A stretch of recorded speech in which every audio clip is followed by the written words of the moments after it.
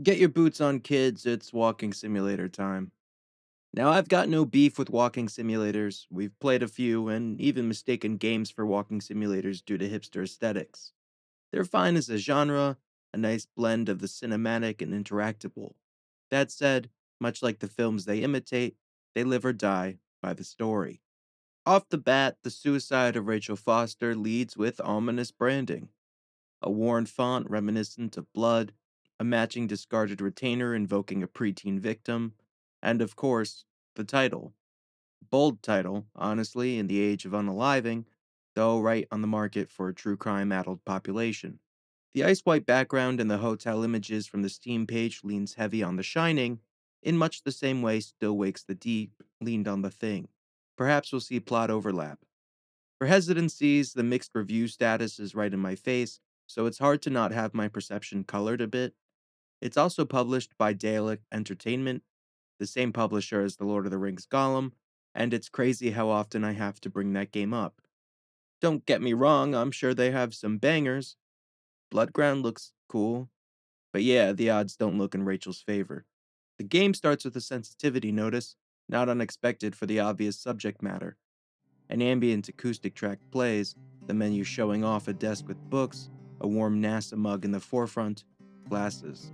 It gives 2012 twee nerd, though this game takes place before Y2K. In the bottom left are advertisements for other games, which is terrible. I get pretty pissy about this, honestly, until I realize it's because my mouse is hovering over the studio's icon. My bad. The settings are unremarkable, so yeah, let's start the game. The retainer is positioned as a save icon, and the similarity to a butterfly isn't lost on me. We open holding a note to Nicole, our player character, from her mother. It mentions a tragic event that tore Nicole's parents apart. We cut to an overhead view of a funeral. We move through the crowd, and it's easy to imagine the umbrella holder speaking with those she passes. Little pauses.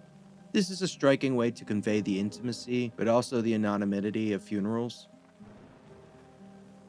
The letter continues interspersed with the funeral scene. We get the titular suicide mention, though the phrasing makes it ambiguous if the mother was pro Rachel's suicide or anti. I also don't catch who Duncan is. Sorry.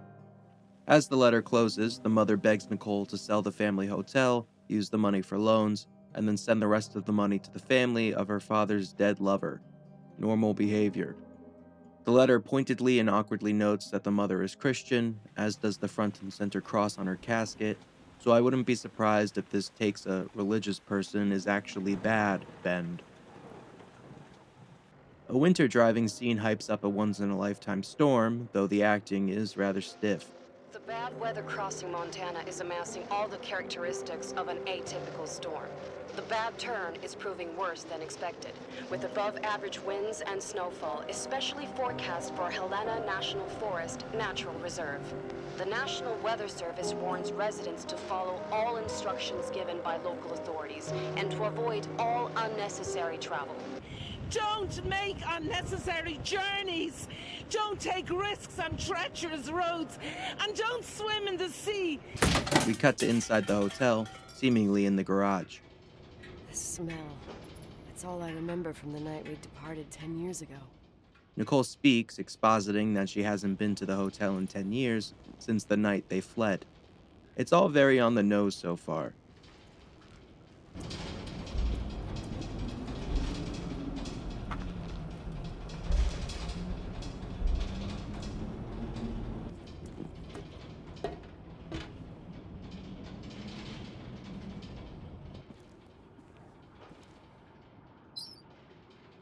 The attorney said to check the office first. It should be just beyond the Mountain Museum at the end of the stairs to the main floor, if I remember right. We walk through the hotel a bit, unable to interact with much, as we're led into her father Leonard's office. There's a neat diorama, but we pass, just missing the phone. We check the voicemail. There's a lone dispatcher. 911 emergency. How can I help you? What's your emergency? Hello? Can you hear me? What's your emergency? A call about delinquent phone bills. Mr. McGrath, hi, it's Paulie from Century Telephone Company. I'm sorry to bother you. But as I told you last time, the company requires cutting off the telephone service to delinquent customers. And one from the lawyer. Yeah, Nicole, it's Jenkins, the attorney. The hotel chain that wants to take over your hotel has just dumped a mammoth holy Bible of documents on my desk that I need to check through. I have to personally go to the county land registry office before we meet. Listen, I know you didn't want to go to your father's funeral, but now the hotel is entirely your property. The law requires you to assess its condition before putting it on the market. It's very noble of your mother to want to repay that poor girl's family, Rachel. Not everyone would deprive themselves of such a sum. Anyway, it's up to you now. Get to it. I'll bring you a burger you Portland folks can only dream of. Oh, I left you some notes and a master key on the dining room table of your family's old apartment. Start your rounds from there. Give me a couple of hours. Don't run off, all right? The lawyer notes a key waiting and mentions Rachel.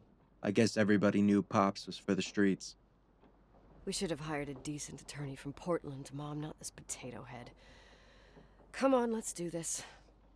We walk about the hotel looking for the key. It's nice enough, and it kind of reminds me of a saloon, but also a crummier Twin Peaks.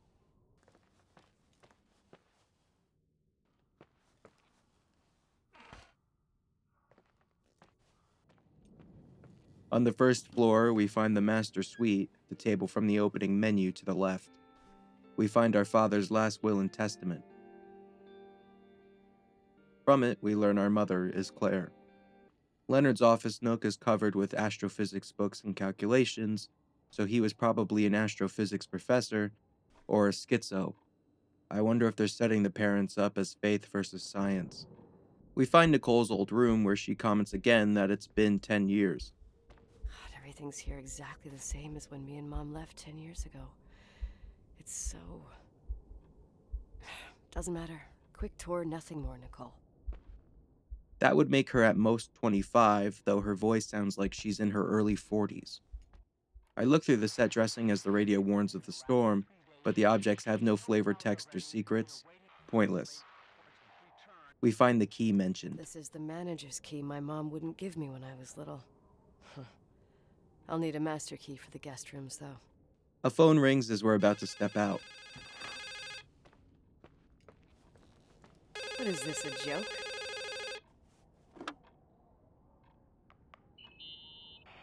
Hello?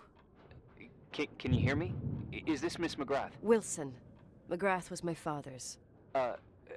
This is Helena Federal Emergency Management Agency. My name is Irving Crawford.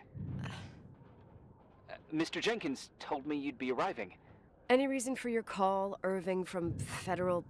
whatchamacallit? I'm calling to assist you during your stay at the hotel. What? The timberline is old but sturdy. You'll enjoy your stay, and be safe, no problem. The furnace, wiring, it's all under control. Oh, okay, enough. What? I don't know what Jenkins told you, but I have zero intention of staying here longer than, let's say, 20 minutes. Oh. But the storm. Yeah, it doesn't matter. I'm leaving straight away. Maybe you're not aware that... Thanks for everything. Irving, right? Irving. Yeah. Bye. This introduces Irving, who works with FEMA. We hang up on Irving, ignoring his warning, and the warning of literally everything else. Nicole is very smart. This place is a real mess. Never thought to find anything like that. We poke around Father's room, and there's an open book, but we can't zoom in to read it well. It should also be noted that the sprint in this game is barely above walking. It's very terrible.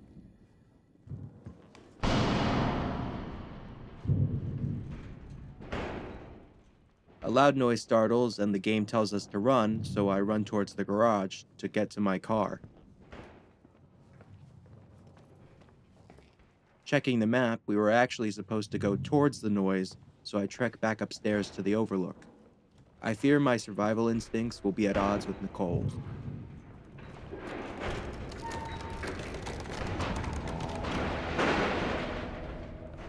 There we watch the snow, and Nicole calls Irving.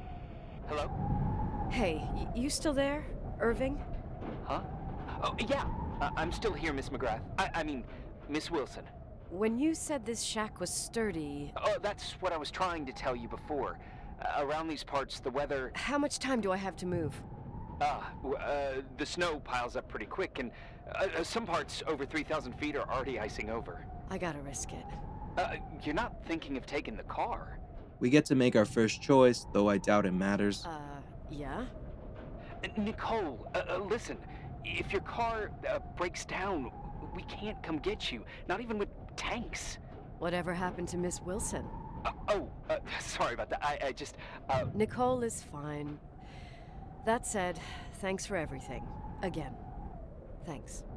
Seriously, if you ended up out there with your car gone dead, with 12 inches of snow and 20 degrees below zero, your lungs would collapse in a few minutes. I remember how things work in the mountains. Luck doesn't exist.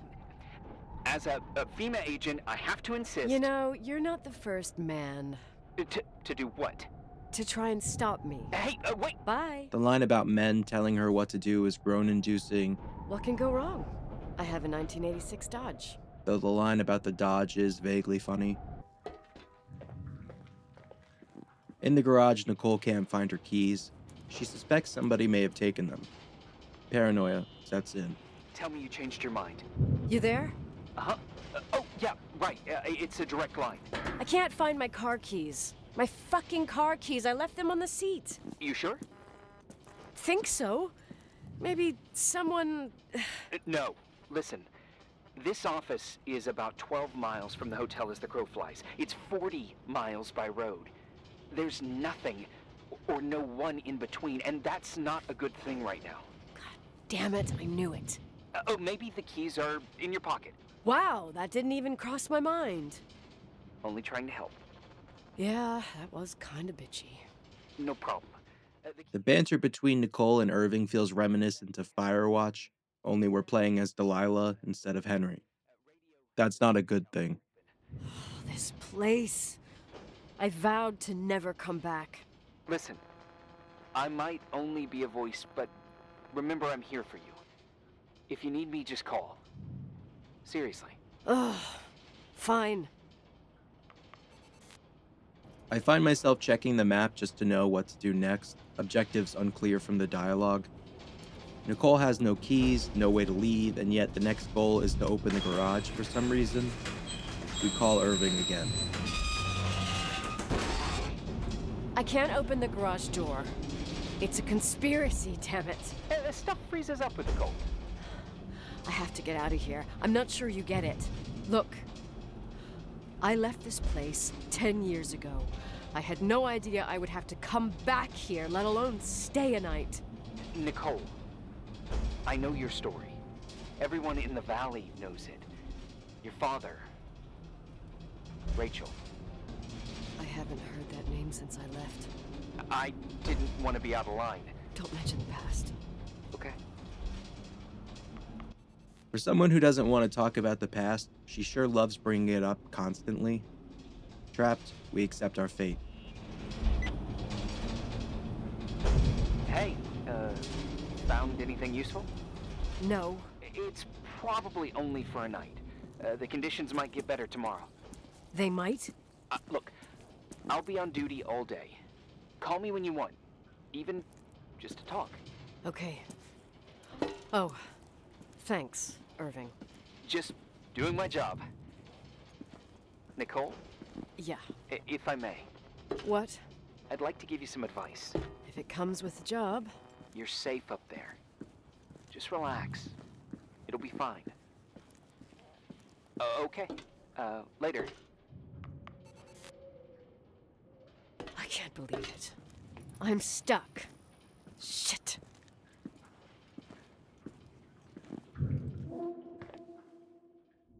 Day one starts with us in our father's bedroom. Irving calls quickly. Hello? You still there? Is that a joke?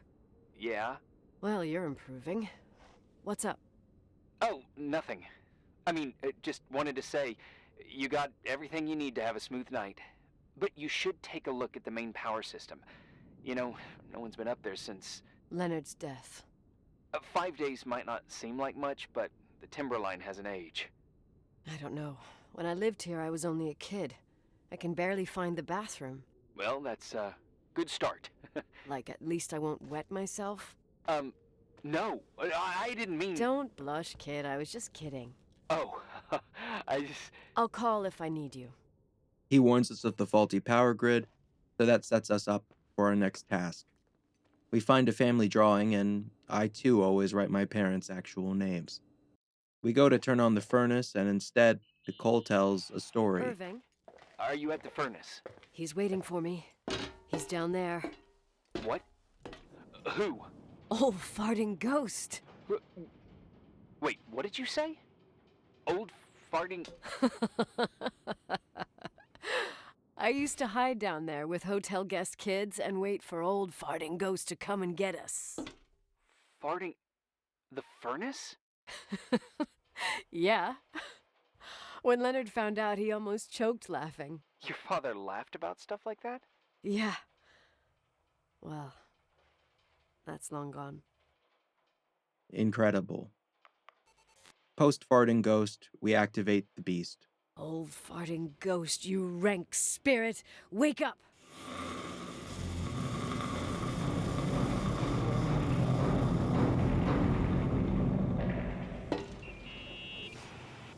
And here he is, in tip-top shape, I'd say. You were right. The furnace is haunted. Now you've got hot water.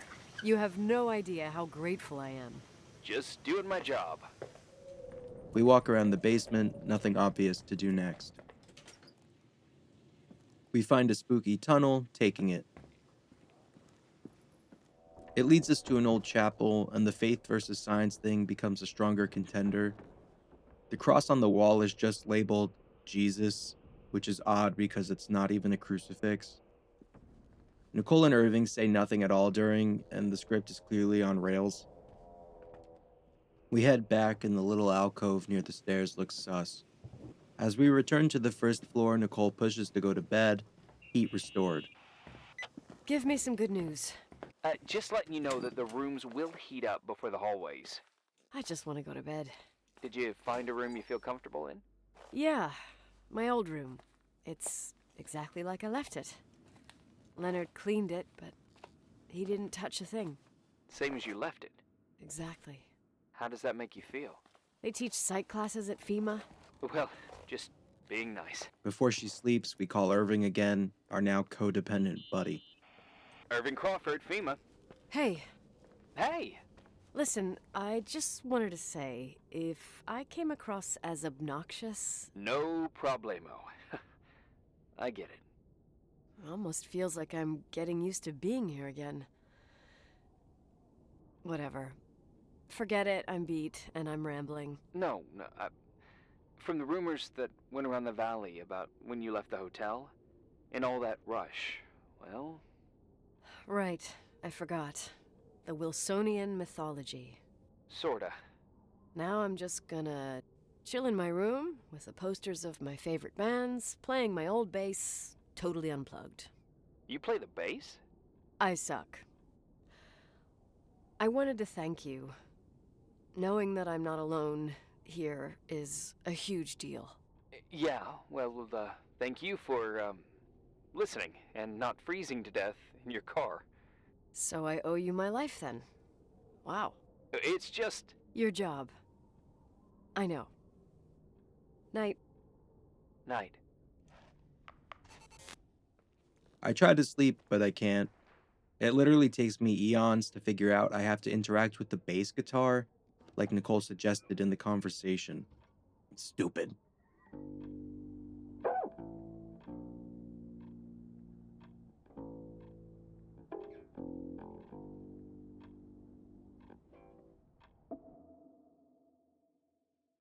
Day 2, we open to a black screen.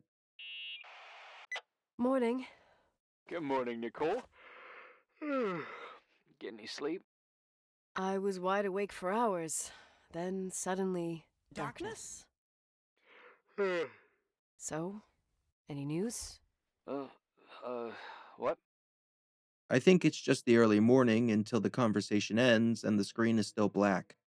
I try to move for a bit, but it turns out to be a bug. I reload and we start day 2 over again in the Overlook. Irving, Nicole, stranded up here. You snoozing? After a night of incomplete crossword puzzles, I wish I was. Wait, you didn't sleep? Like, at all? I thought you might need something, and But you didn't go home? Because of me? I'm a workaholic. So, meteorologists are predicting a peak real soon, probably tonight. You can't move, not just yet. In theory. What do you want to do? I'm hungry. I'm gonna eat first, then I'll think about it.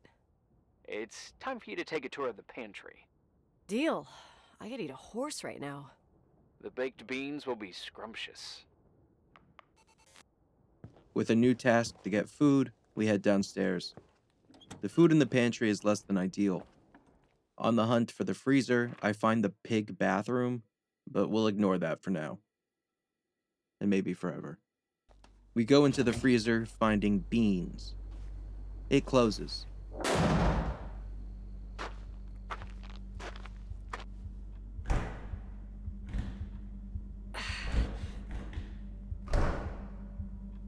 Hey, you kidding? We wait to die.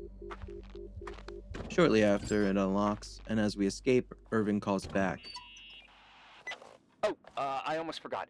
There might be a problem with the fridge door. Just make sure it Are doesn't you close. fucking with me? No. Wait, what did I say? It would have been more useful to know that before I got locked in. Oh, holy shit, I'm a freaking space cadet. Yeah, I could have died in there. We make our beans in peace.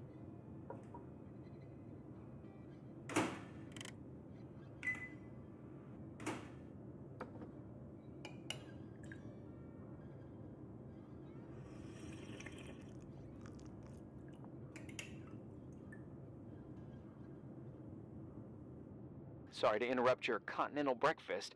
I got a hold of Mr. Jenkins, the attorney.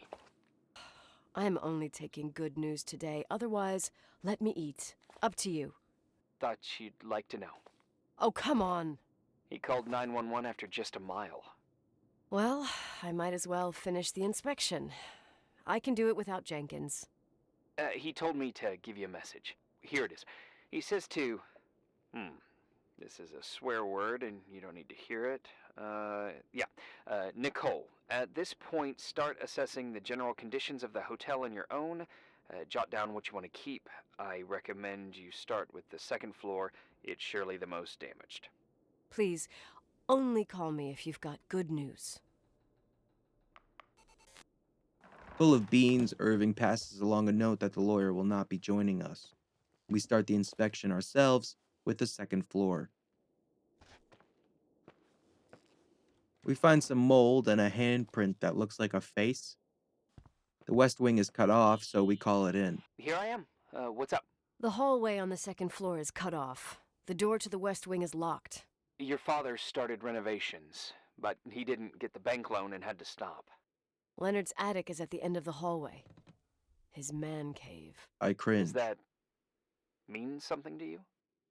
I tried so hard to forget about that room for years. Anyway, the west wing is pretty run down after all this time with no windows. Hello? Are you there? You always have an answer to everything. What do you mean? Tell me something. What are you hiding from me? I don't understand, Nicole. You know how to turn on the furnace. You know where to find food, and that the fridge door is busted. You know my family's story and the hotel's. It's up to FEMA to deliver the supplies to isolated places like the Timberline. I've been up there with the truck every month since I've been on duty. Is something wrong?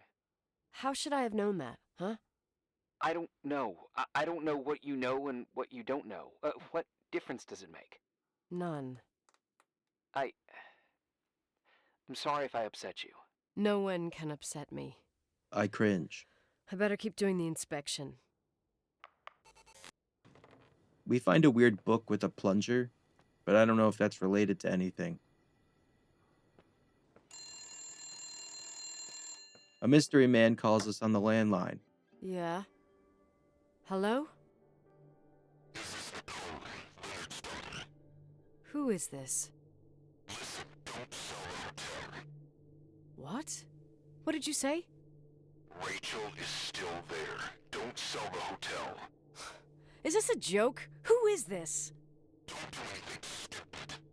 What, you think you can call my house and threaten me? Come tell me to my face, asshole! What he could mean by Rachel still being there is up for debate, though I wonder if this is like a time loop story or just a ghost story. We recount the call to Irving. You pissed at me? I don't have time to rehash my past with you. I've got a different problem. Someone just called the hotel. What? Who? It was a bad connection. What did they want? They said, Rachel is alive. Don't sell the hotel. Idiot. There's something else that doesn't make sense. The phone lines are down. Leonard stopped paying the bill months ago. I'll ask someone to run a check. I didn't know FEMA had FBI authority. Around these parts, time passes in a different way. Some stories seem like they've been forgotten, but actually they just sink down. Sink down? Like tea leaves in a cup. What do you mean? Sounds creepy. That girl's death. Rachel. It was the result of painful events, and now it's someone's obsession. You talking about anyone in particular? Well, her death ruined two families that everyone looked up to. Yours and Rachel's. Your father, McGrath, the genius astrophysicist, and Rachel's father, the upstanding Reverend Foster, known all over the county. Not something easy to forget around here. You know what I think? They can go get fucked, every one of them. I know what we went through. No one else. Fuck them. Irving drops the lore of Leonard being an astrophysicist and Rachel's father being a reverend, so faith versus science is back on. On day 3, we're back in our bedroom, Irving on the line. Hey, cutie pie. Daddy? Nicole, it's Irving. Oh, sorry. Must have been sleeping pills in those beans. Since I've been here, it's like I'm literally hibernating. You had a tough day yesterday. I think I had a dream. About? Leonard, maybe. Okay, I need you to pay attention, though. Should I worry? The storm brought down some power lines. There are blackouts all over. Actually, the lights are acting a little weird. I was afraid of that. I don't like the idea of you up there on your own in the dark. We gotta do something. My electrical know-how is slightly limited. It's okay. I can guide you to the emergency generator. If we activate it, you'll be self-sufficient. That's it? There are 2 ways of getting to the circuit breaker. Straight through the garage's side door, or from the floor you're on. But... The garage side door is stuck. You'll have to pass through the crawl space along the entire building and climb down from your floor. If the power goes out, you'll be completely in the dark. all right. What do I have to do? Check the closet in your father's apartment and see if he left anything you can use for lighting. On my way. The power is fucked, so we're on a generator run. We use a Polaroid camera to find our way to the crawl space in the staff quarters. I found a Polaroid. Family photo? Anything important? No, I mean a camera. It looks like it works. You want to take a photo of the generator? No, you moron. I was thinking of using the flash for lighting. Oh, smart. You can try. Hey. Okay, almost there. I think the lights are getting worse. You need to move fast. On the same floor of your apartment, in the staff area, there's a small storeroom. Your father asked us several times to fix the lock. Fingers crossed, it's still broken. That's where the access to the crawl space is. At the crawl space door, we find a flashlight, which instantly renders the camera obsolete.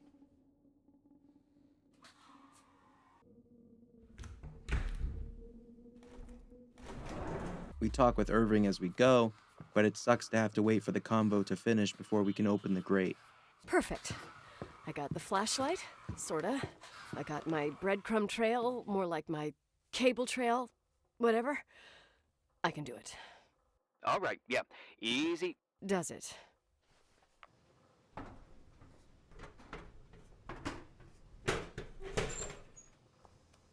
We turn on the generator, but find a lipstick in the locked room. What's up? Hi. I want to ask you something. Okay. Go ahead. How long has the hotel been closed? About 4 years. Yeah, from 89.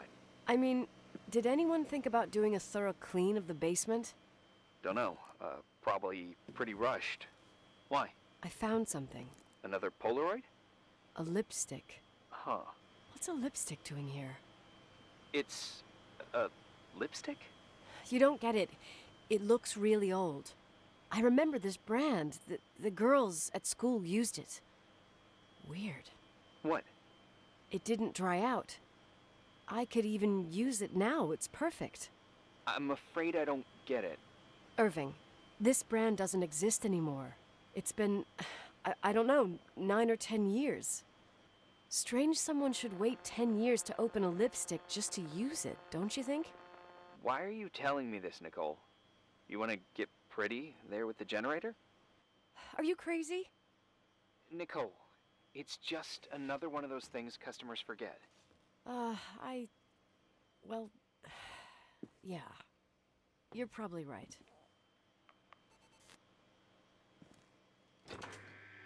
Day 4, 2 audio conversations play at once, so I'm not sure what's happening. Let me finish. I spent the night going through Reporting his is stuff, ordered, and I sir. want to know what you think. You awake? About what, sorta?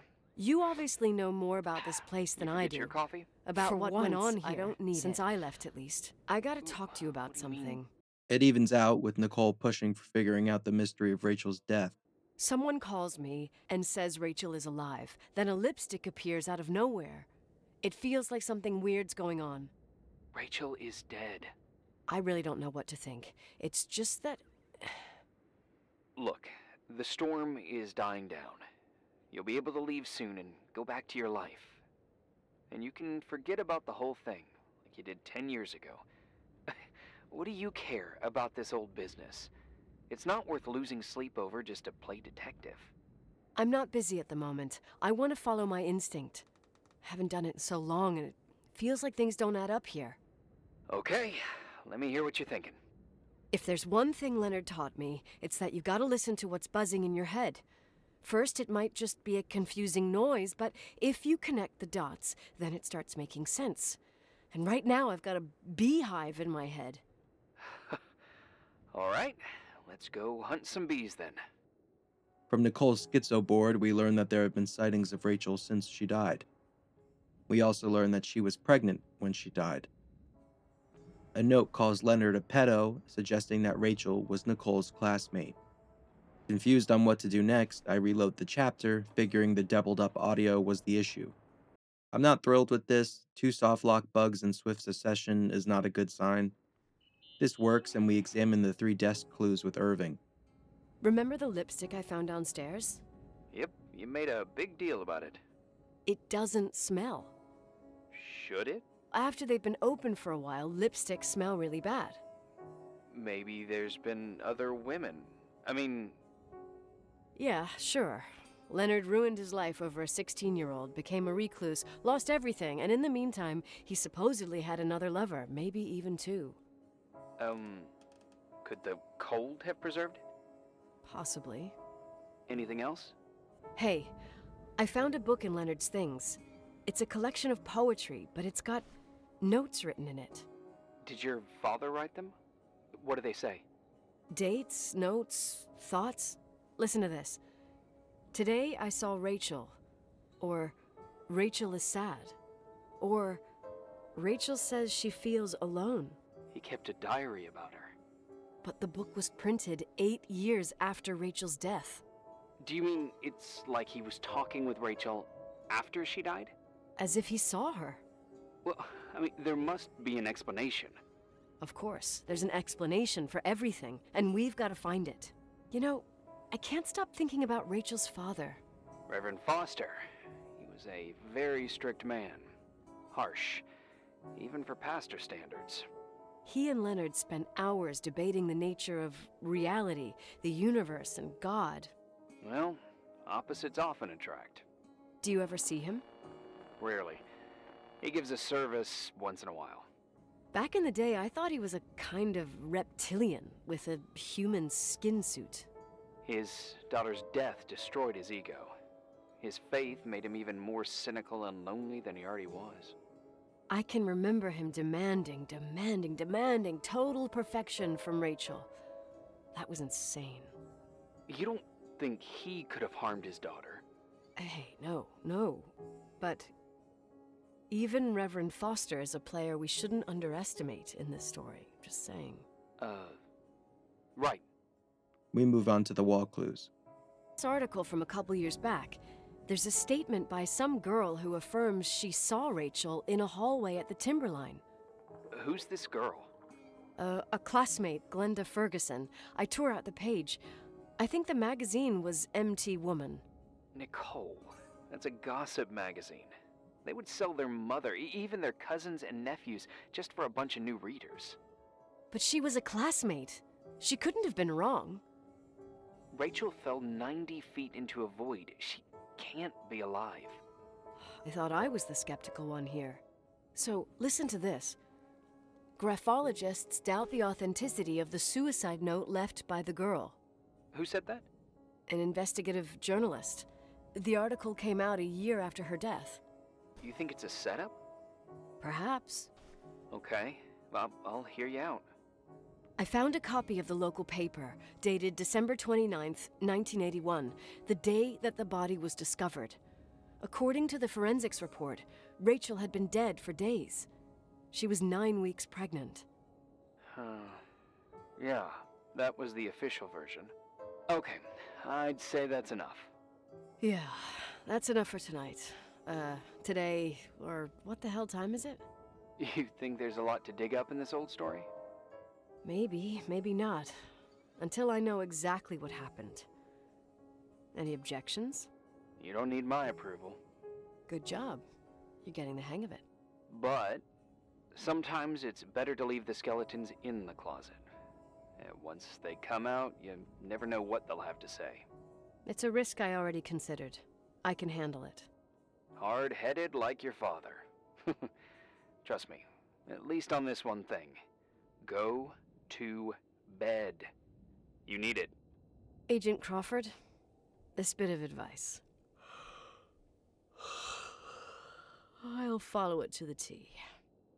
This section is interesting, but it's just clicking each object to reveal an info dump. Actually letting the player solve something would go a long way. Day 5 is a weird one. Nicole's outside walking towards a burning flare. Hey, cutie pie. How are you? Daddy? Daddy, is that you? Where are you? I can't see you. You came back in the end. It's like the inescapability of a celestial body's revolution. We can't help but follow certain stars' brightness, even if those stars have died millions of years ago.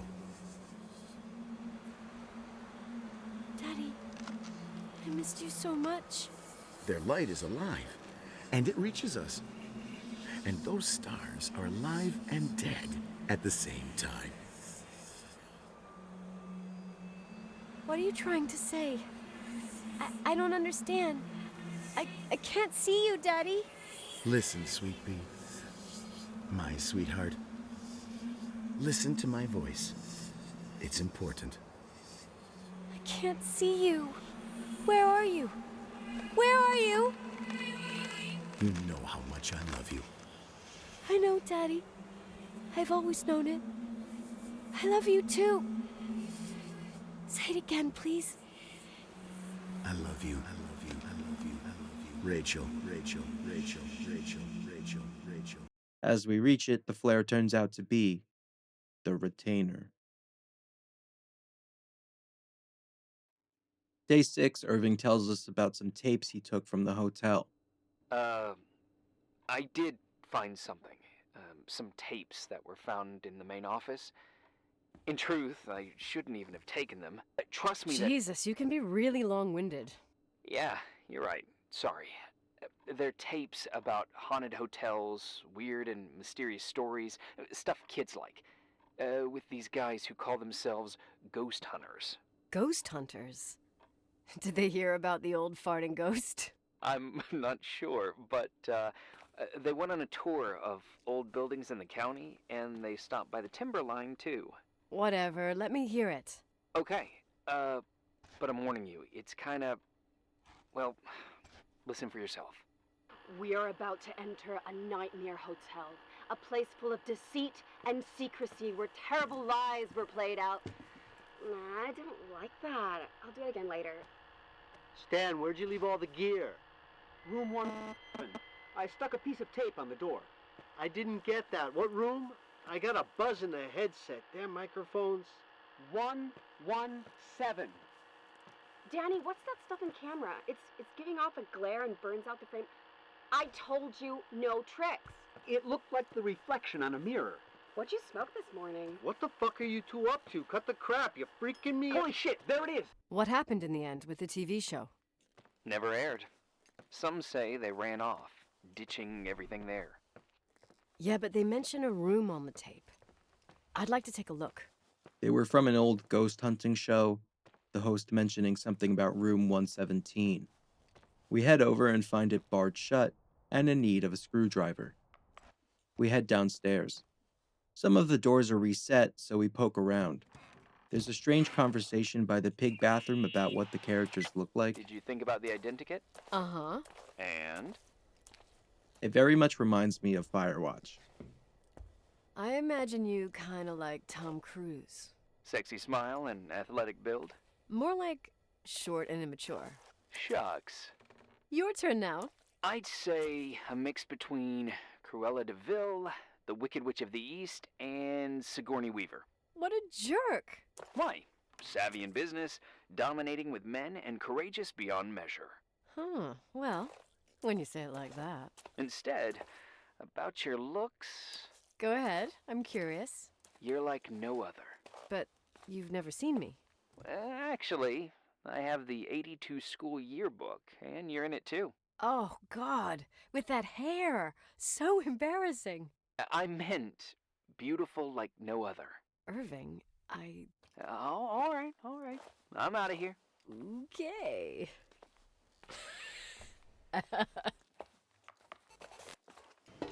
We hit the breaker room, grab the screwdriver, and head back up.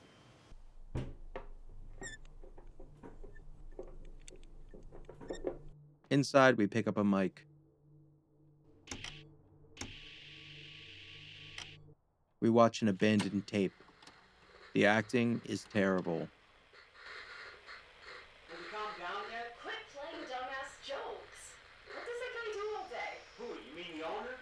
Leonard the freak? Uh-huh. I don't know. He's always locked up in the attic. You can hear him pacing up and down. Well, better for us. We've got the whole hotel to do whatever we want. Shut up a sec. There's that noise again in the headphones. It's like a woman's voice. A girl. Oh, I saw something! wait, you're not taping. No, I mean, for real! What? What the? Someone's here, I'm telling you!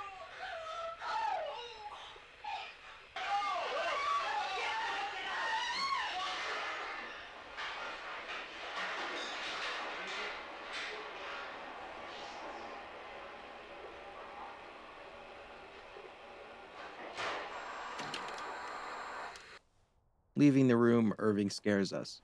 Hey! For fuck's sake, Irving! Oh, what did I do? You gave me a heart attack. Sorry, I'll warn you with a carrier pigeon next time. What? I'm just curious to know what you found in that room. Well, you should be. You're never gonna believe it. The day ends. Day 7, Nicole puts out a Christmas tree, ragging on Irving for not going home on Christmas Eve. I wouldn't miss Nicole's amazing adventures in the remote mountains for anything. You always do that? Do what? Worry about every desperate stranger that knocks on your door. You're no stranger. You've been a part of this place since you were born. You belong here. Well, I thought I left all this behind. Maybe I still have a ways to go. To be free? You're making progress. 2 days ago, you would have skinned me alive if I'd called you a country bumpkin. Listen, is this contraption really a phone? It feels like a walkie-talkie / defibrillator. It's a real phone, and trust me, in a few years, everybody'll have one. You think? It's easier for me to believe in ghosts than to imagine people being hounded by a phone when they're out and about. I'm grateful for it. I wouldn't have met you without it. Irving, are you hitting on me by any chance? No. What are you... I mean, it's just... Relax. I was kidding. I can never tell when you're kidding. Yeah, it's one of my fascinating virtues. To be honest, I never thought I'd spend Christmas like this. Sorry, I was going off on another flashback about the life of Nicole Wilson. Christmas Eve is the right time to reminisce. Yeah. Yeah, I get it too. Yeah. That's what there was, in the end. There was like a strange kind of warmth. Then it all ended. Christmas of '80. Me and my mom were at my aunt's house in Billings, and Leonard was here on his own. While I was pretending that I liked my aunt's sweater, he and she were... Nicole. They... Hey. And a year later, she killed herself. And what she was carrying, too. Don't be like that. There you have it. These are my memories, and, Hey, did you hear that? No. What are you talking about? Like a clinking. No. I don't hear anything. Sorry, I want to check. Okay. We hear mystery noises, so we use the microphone lifted from the ghost hunters to try and find it. I wanted to tell you something. Not now. I heard a sound. Something familiar. Listen, I've had this in my head for a while. I don't know. I seem to sense a sort of chemistry. Are you trying to tell me something, Irving? Something embarrassing, maybe? But somehow, it would be nice if, after this whole thing, we could meet in person, have a drink. I mean, if I'm going too fast, just say no, so probably... Irving... I know it's ridiculous to ask out someone you've never even seen, but people get close in lots of ways. Okay, maybe I crossed the line. Sorry, I'm a klutz sometimes, and... Irving, please, shut the fuck up. Thanks. Listen, we'll get back to this. But now, just give me time to figure out where the sound is coming from. I'll call you back. Sure. Sorry. It doesn't help much, but we end up in the ballroom. Nicole examines the chandelier. We find a painting in the closet, recounting the last Christmas ball hosted. My mother had eyes only for Leonard. And I saw he wouldn't stop staring at that girl. Rachel. She talked and moved with the grace and confidence of an adult. She wore a dress with a bow on her back. She was so beautiful. Perfect. Fuck. It was the beginning of the end, and we were breaking out the champagne. Nikki, Sorry, I'm becoming a freaking nostalgic up here.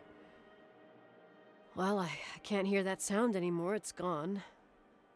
I'm gonna look around again, and then I'm going to bed. Be careful. The day ends.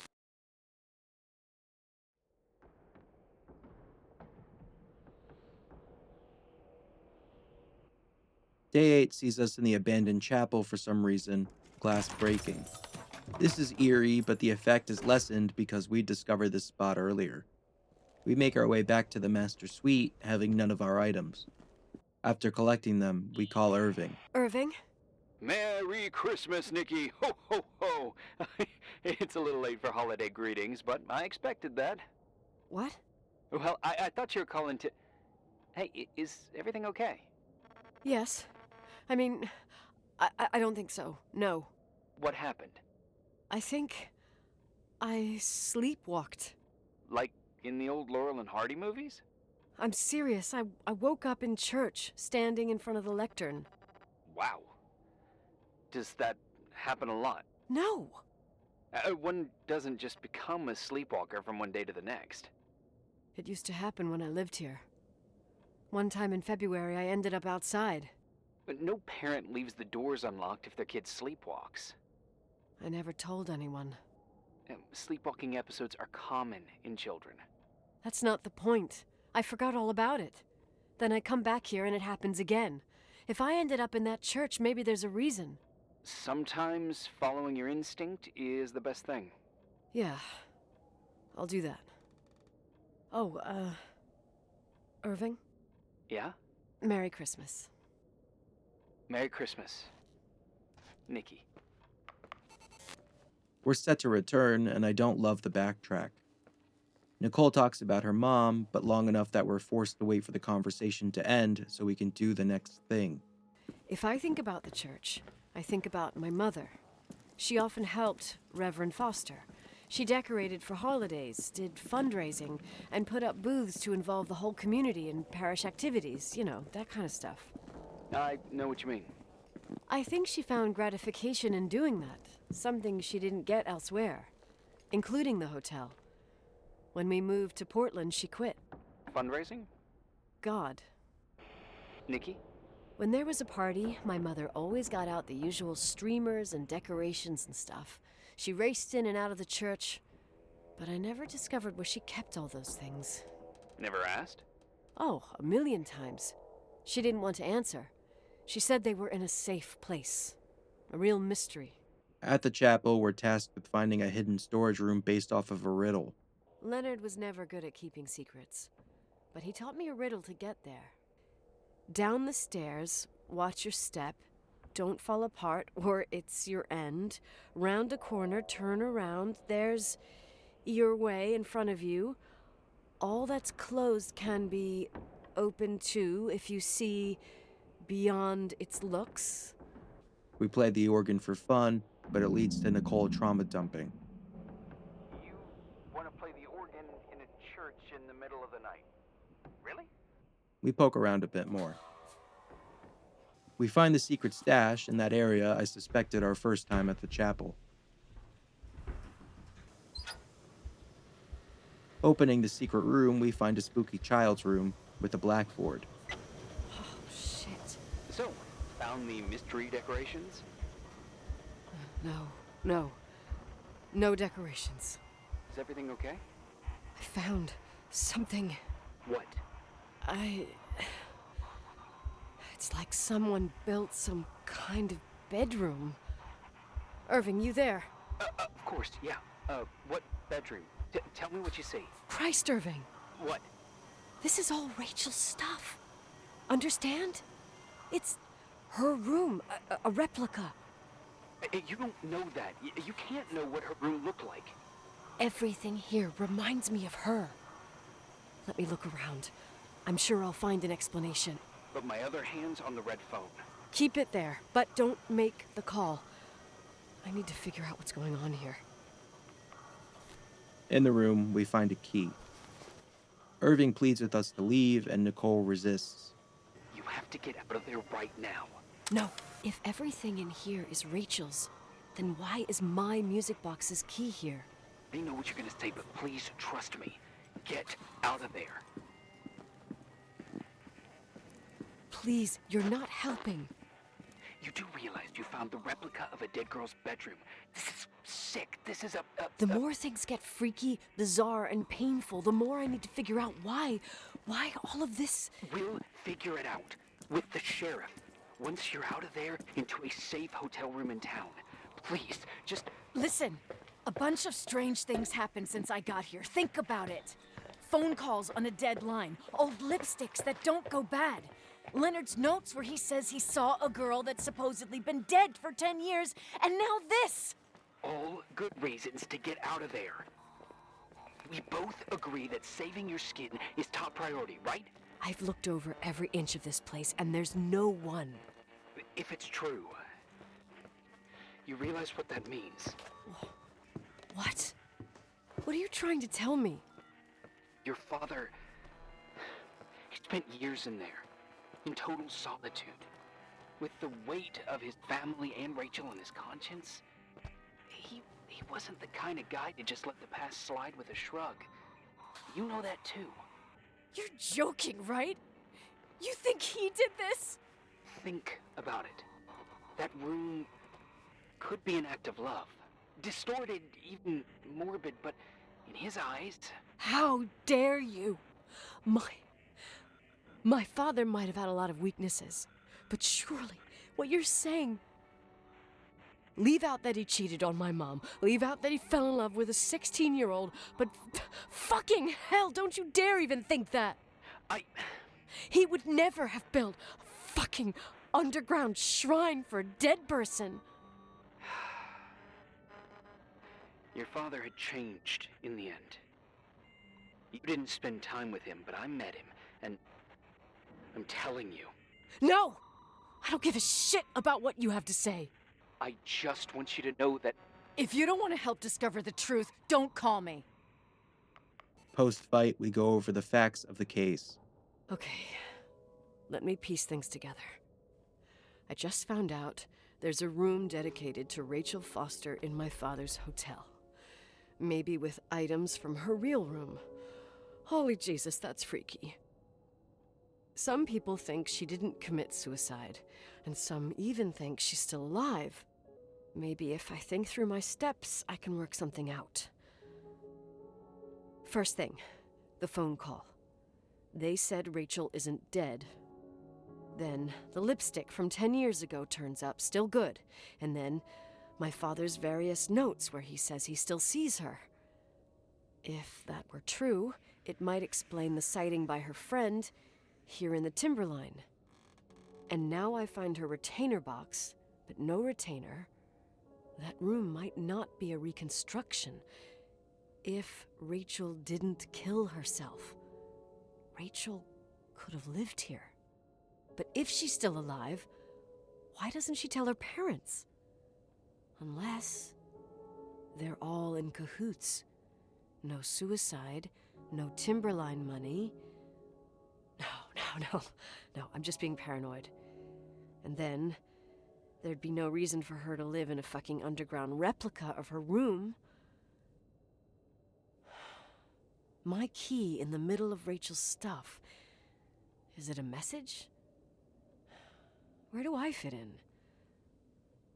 Are you trying to tell me something, Dad? My music box with the hockey player. I don't think I have the guts to hear that tune again. But I must. We wind the music box. Nicole recounts the night of Rachel's death. The 27th of December, 1983. The hockey finals at Missoula. Us against Cold Springs High. We won by sudden death after a 3-hour game, and I got the medal for the most number of face-offs won. According to the papers, that was the night Rachel killed herself. Coming home, Mom barely had the time to pull into the garage that I was already racing up to you, waving the medal in your face, Daddy. I was so happy. But you had other things on your mind, right? And you and Mom started fighting. Voices getting louder. That long silence when she comes down the stairs with the suitcases and Mrs. Bryce tries to stop her. Mom's car stays here, and we leave with my Uncle John's. I never found out what started that fight. Mom never wanted to talk about it. Are you trying to, Daddy? Irving.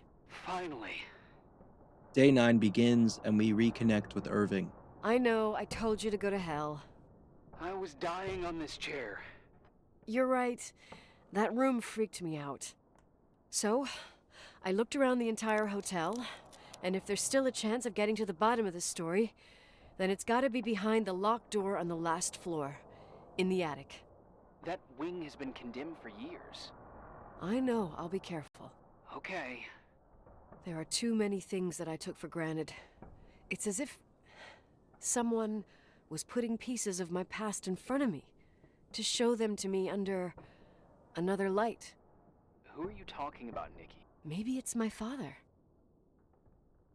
In my music box, I found the medal I won the night Rachel died. Dad could have put it there, and if he did, there must be a reason. It all sounds insane. The night Rachel died. Maybe I have to start from there. I played in that really long hockey game. But what was going on in the meantime? Nicole wants to reconstruct the day, remembering a second secret storeroom on the landing. You remember that night, Irving? I think I was at church with my family. Church. That night we had a mass for the poor here. We held one every year. As usual, Mom volunteered to take me to the game, but she was so busy with the soup kitchen that I was afraid she was going to be late. I remember while she ran around, she said she ordered me to close the mezzanine. You mean the intermediate floor above the reception? What's in there? A storeroom. Have you been up there? No, I'd forgotten all about it. I'd better take a look before moving on. We go, opening it.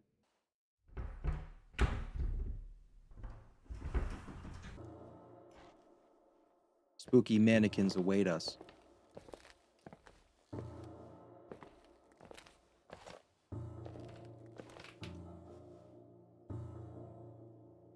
Irving?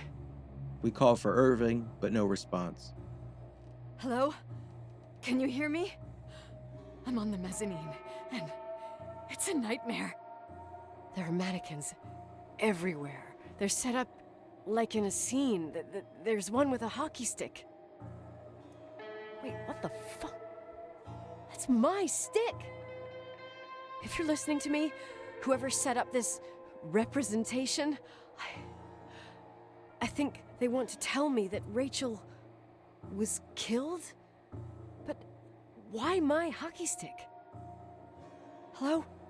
Hello? Oh God, why isn't he answering? Irving, I swear I'm not kidding. This is a huge deal. If you can hear me, it's time to make that phone call. Outside of the room, Irving rejoins, forceful and cryptic. Where are you, Nicole? It's about time. Why didn't you answer? How many doors have you opened, Nicole? How many are still missing? What doors are you talking about? Keep going. Hello? Hello, Irving. We find a pair of boots, wet. Someone has entered the hotel. Upstairs, the barricaded door is now open. In a room, we find someone else's schizo wall, and it's better than ours. It's swiftly revealed to be Irving's room. I imagine you found my room. What? What does all this mean? That's a question I've asked myself many times. What does all this mean, Irving? How far do you want to push yourself? How much can you take? What? Every memory. Painstakingly gathered, every reconstructed piece, every little element retrieved from the dark. A photo, a hairband, a lipstick. It means remembering, Rachel. That's what all this means. I didn't choose this path. I had to do it. What did you do, Irving? These walls ooze with memories. The memories get into the walls. Under the floorboards, they creep into the crawl spaces. You're not with FEMA. You... Jenkins... You never talked to him. Your boss, the phone call, all those weird events. You were behind all of them. Someone had to bring the last piece of the memory puzzle here. The most important one. You. Me? Your father wanted to keep you out of it. I convinced him that only you could resolve the equation, as he called it. I don't understand. How could you? Over the last few days, you got a little taste of what it means to dig around in the past, hunting for memories that scratch away behind every wall in the night. We did it for years, day after day after day. All lies.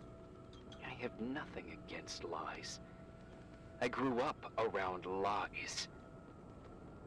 But now it's time for the truth to come out. Finally. Irving gives his villain monologue as we wait for him to stop so we can open the door forward. What do you want to do now?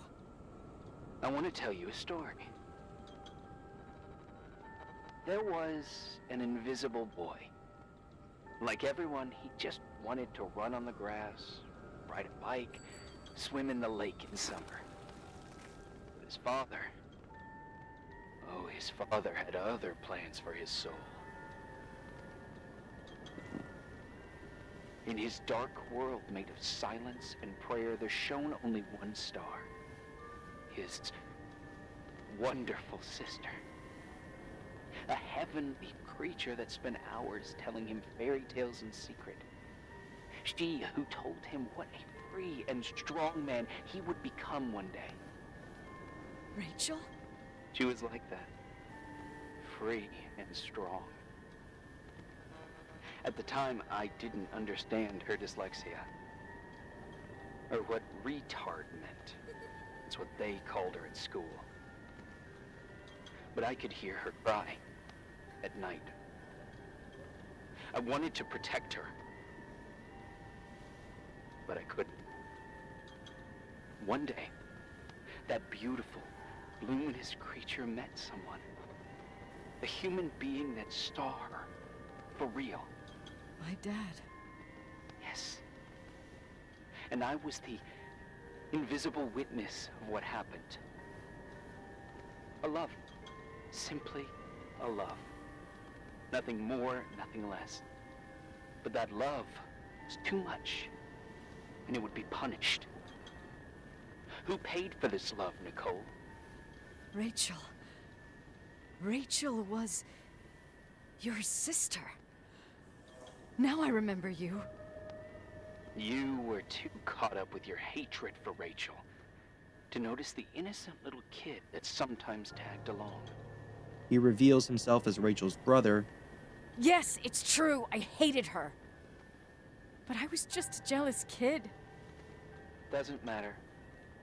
Those days are over. How could I have forgotten you? I was raised to be forgotten. And is strangely pro-grooming. What do you want from me? The day my sister paid with her life for her love, we all died. We make the history of the Timberline. It was a tragedy. But you... We all got frozen there, in that very moment. In that confined horizon of events. As you'll understand. As you've already begun to understand. For the first time in years, I depended on someone. And this is the result. You have to keep going to get to where I wasn't able to go. You will be the new witness. You owe it to us. And you owe it to her. In the attic, we watch a slideshow from our father. 2 heavy monologues back to back isn't great. You're probably tired. I can imagine. At this point of your journey, the marks and voices of this old hotel will have already whispered all their secrets. You've always been good at solving puzzles. In this, you surely resemble more your mother than me. Irving has always been convinced that you, only you, could surmount the fear and suffering that exuded from these hallways. We tried. We waited. We were terrified. We studied. We listened. We listened to her.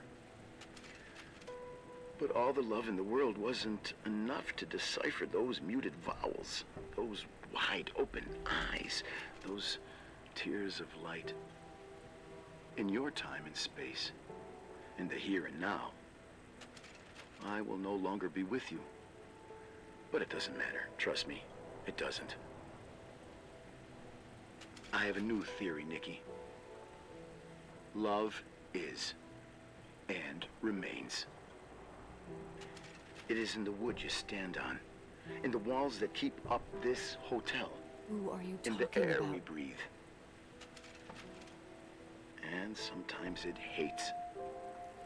It hates those who didn't allow it, those who cast it aside with indifference, and those who can't recognize it. Stars still emanate their light, even after collapsing, right? There's a lot of light here. There's light in death.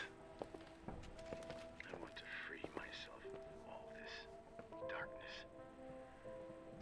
I can no longer see the stars. I'm tired of surviving in this limbo. So, how are you, Nikki? I'm good. I will be good. Post, the chalkboard calls us a murderer, implying that Nicole was the killer. We grab a key off the chessboard and leave. It's the key for our mother's old car. So why didn't you tell me about the truth? Tell who? The Nicole who thought eating beans was the worst tragedy and couldn't wait to finish this business and run away, forgetting everything all over again? You don't know anything about what my mother and I went through. But you're different to when you got here. Now you can discover the truth, a truth that otherwise would have destroyed you. I didn't lie to you. I protected you. Listen, I'm sorry about Rachel. I hated her, and I hated my father, but I never wanted it to end like that. I understand your pain, maybe better than anyone. Betrayal, shame, death. My family was destroyed, just like yours. How much longer does this pain have to last? It'll be over soon. In the garage, the trunk opens, giving us a gross blanket. Maybe it was the mom.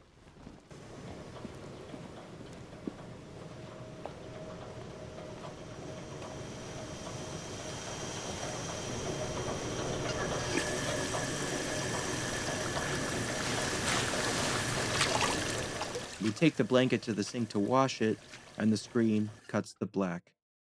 Suspecting this is another bug, I reload, hype killed.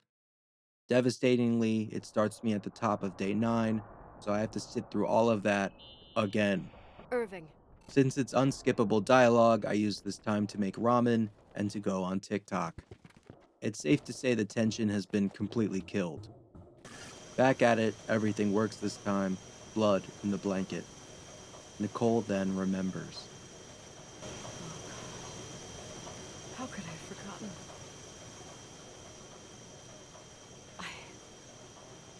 I saw everything. I was there. All the pieces were in front of my eyes. A kid's eyes. It was the same night as the hockey game in Missoula. Reverend Foster was so busy with the preparations of the meals for the giving to the poor at the Timberline Church. And my mother, Claire, said that we would get back from the game in time for the distribution. She convinced my father to help the Reverend, and he'd come with his whole family. You and Rachel. Yeah. I remember it like it was yesterday.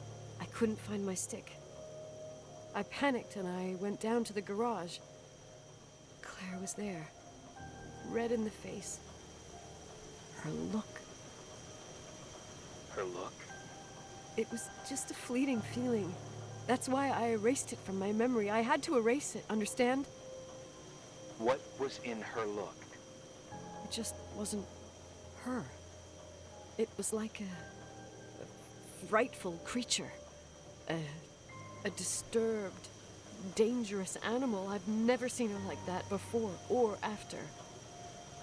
Not even on her deathbed. We find the retainer. And then she put her hands on her hips, exhausted. She smiled.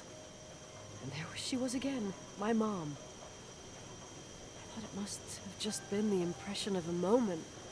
I had the finals against Cold Springs High awaiting me.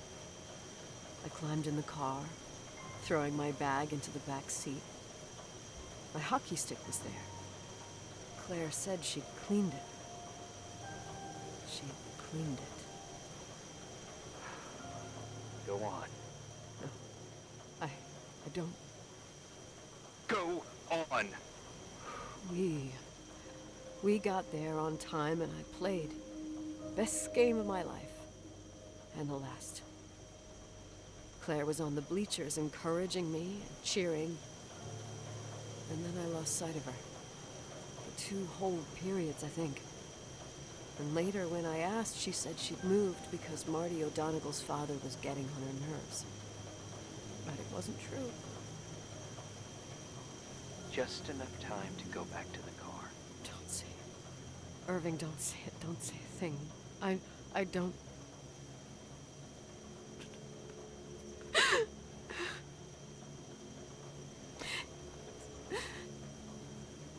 Nicole cries as she realizes the truth. I traveled all the way with Rachel's body and the baby she carried inside of her in the trunk, rolled in the blanket. God, oh my God. She killed Rachel.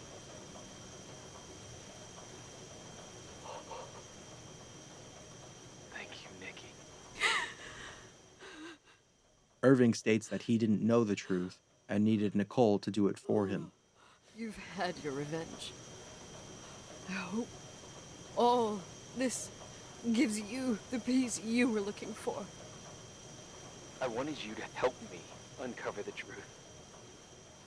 You're saying you didn't know that Claire... I was only a kid. Plus, she never wanted me to get to the bottom of it. Rachel is here? You know, I think she's still protecting me. But I'm grown up now. Now, we can all be reunited at last. What? Wait, where are you going? Listen, we can work things out. What happened is terrible, but all the main players in this story are dead. Get it? Dead. We are still alive. We're alive. Me, you, we didn't do anything. That's exactly what we did wrong, Nicole. We didn't do anything. It's beautiful here. Rachel told me about it so many times, but I never thought it was so beautiful. Irving reveals he's left the hotel to die and to What? join his sister. Irving, where are you? It's white as far as the eye can see, beyond the mountains. You left the hotel? But it's too cold. You'll die out there. Irving, please. I've lived in the dark for years. You freed me. And now I can finally rest in the light. I can go back to her. Don't go. You can't. Don't leave me, too. We have our drink. It's not a goodbye, my tough, pragmatic, stubborn Nikki. We'll meet again. At another time. Beyond this horizon of events. Everything is...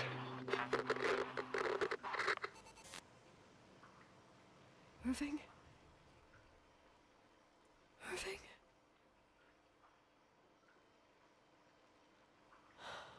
I don't want to stay alone here.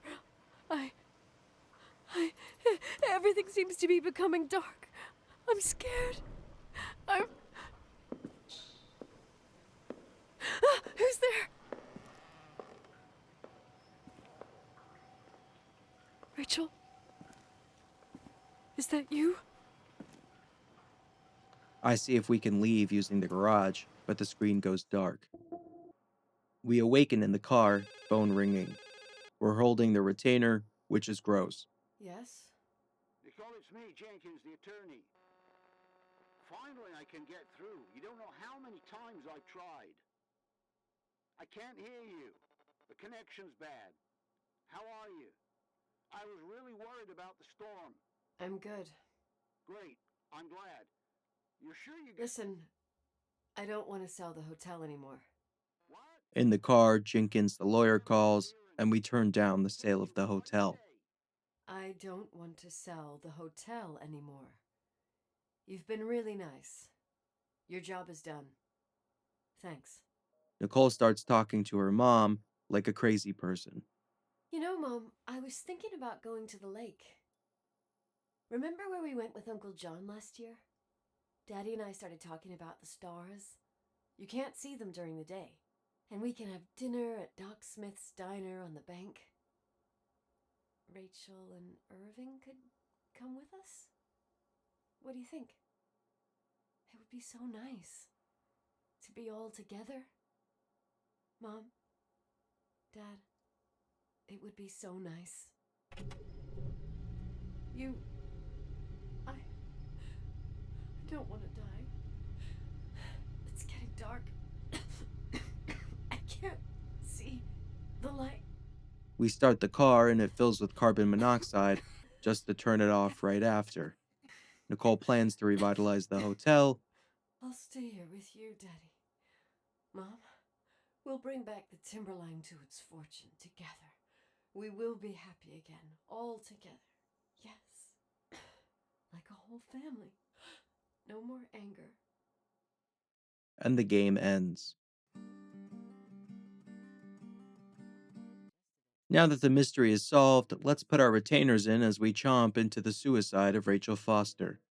Mechanically, this game is a big nothing burger, even for a walking simulator.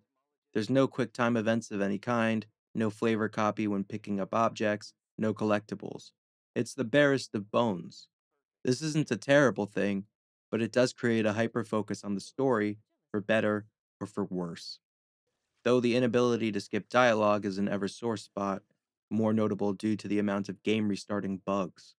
The slow run speed also doesn't do it any favors. We encountered 3 game breaking bugs during our jaunt, a bit diabolical for something with a runtime of under 4 hours and such a recent release. I actually thought this game was just older than the other walking sims I've played, an attempt to explain away the lack of features, but Firewatch came out in 2016 and this game came out in 2020. It seems like we're ripping narrative devices without actually learning from the past. Elements of this game are fine, much like how Still Wakes the Deep leaned on The Thing, this leans on The Shining. Some might call it an ode, but it feels odd when mashed with more Twin Peaks feeling rooms, like a hodgepodge of haunted hotel. The chapel being accessible early in the game was a mistake. If your game is going to be on rails, make sure your player can't get to a big reveal spot ahead of schedule. The stage play mannequin room was an interesting reveal, but I feel like the actual stage would have been better dressing for that. The audience of mannequins facing backwards would have been good visual in that space. I don't think it's unreasonable that Irving could have set that up overnight. There are parts of the hotel that just feel unused, which is normally fine, but because of the strict rails, the extra space just makes navigating way harder. Knowing what your objective is in this game is hit or miss. I struggled trying to put Nicole down for bed, the game assuming I would understand from the dialogue that I needed to play bass guitar first. Most of the game felt like this, where I would just check the map to find the next beat rather than relying on my own sense. The story itself is vaguely interesting. Man grooms a 16-year-old, wife finds out, kills the girl, and stages it as a suicide. The family breaks apart anyway, the wife fleeing the family hotel with their daughter. The girl's kid brother convinces himself in his grief that the grooming was a destined romance and works with the man to figure out what happened and to contact his sister's spirit. After the man dies, the younger brother guides the man's daughter into the family hotel, forcing her to solve the mystery of who killed his sister. He then walks into the snow to die when the truth is revealed, and the man's daughter goes crazy, planning to reopen the hotel. It's not the greatest plot in the world, but it's not super boring either. People seem to take issue with the lack of calling a spade in this game. While there's a piece of paper calling the father a pedo, that's the only reference, none of the characters do. This gap with modern sensibility could be because of where it takes place, rural Montana in the 90s, though I found Nicole's lack of visceral response the most egregious. Irving makes a bit more sense to me. Remember, he's Rachel's younger brother, meaning he was under 15 when this happened. The way he talks about her makes me think he was probably between 10 and 12. He then spends time with the man who groomed her. It's easy to see how he could have been groomed in a similar sense into thinking the relationship was righteous and into working for Nicole's father. But Nicole has been devoid of his influence, living in the city, and is painted as a more modern person. While she harbors anger, it seems most pointed at Rachel from their youth. While she recognizes this anger as misplaced and trivial as an adult, she never makes a real solid judgment on her father. I think this is where a lot of the frustration comes in. We're seeing the world through Nicole, but when she doesn't register the issues the audience does and never addresses it, it creates dissonance. I also think the tonal whiplash from Firewatch is to blame. While it's separate companies and separate games, this lives in Firewatch's shadow and uses its mechanics. People expected this to be Hotel Watch starring Quirk Chungus and Manchild, with a nice mystery wrapping it up in a touching heart-filled moment where there are no bad guys, just people making mistakes. Instead, they got Charlotte Pickles and Light Yagami solving an SVU case that they pretend is a nice mystery where there are no bad guys, just people making mistakes. It's easy to see where the mixed rating came from. Sound-wise, nothing stood out, aside from poor line delivery. Overall, I would give this game a 3 out of 10. A Shining-inspired hotel ghost adventure picked up the walking simulator walkie-talkie, only to find poorly managed child abuse charges on the other end. I doubt anyone is satisfied with this game. The righteous will hate the lack of justice, the inquisitive will hate the lack of refinement, the Chad will hate the lack of gameplay. Indie Darling Energy relies on leaning content rails to reach the max amount of people, which this game forewent, attempting to hit the true crime audience. It doesn't seem to have worked well. Looking at the Steam achievement data, 79 of players get the Chivo for talking to Irving for the first time, and 41% get the one for completing the game. I think that's a pretty healthy rate, though again the game is under 4 hours, and while it retails for $18, it's very often on sale for under $2. Seriously, do not buy this at full price or even half price. So people are completing it for the most part, even with the infamous Day 9 bug. I'm sure completion would be higher if they just patched that. The Suicide of Rachel Foster is a few hours spent inside of a visual true crime podcast hosted by two people trying to skinwalk two hosts from a more popular podcast while reading a Wikipedia article, which is perhaps the most insufferable level of hell one can achieve. Any potential or understanding of motivation is hampered by gameplay rails or seriously unfunny humor, leaving what should be a middling experience instead a vaguely dismissive one. I never played a game where my own input as a player mattered less, as if I could walk away from my desk and the world would carry on gratefully without me, as if I'm intruding. Anyway, I'm gonna go get trapped inside of an old hotel during a blizzard. I'll catch you next time. At the time, I didn't understand her dyslexia. Or what Retep, and I am evil. meant.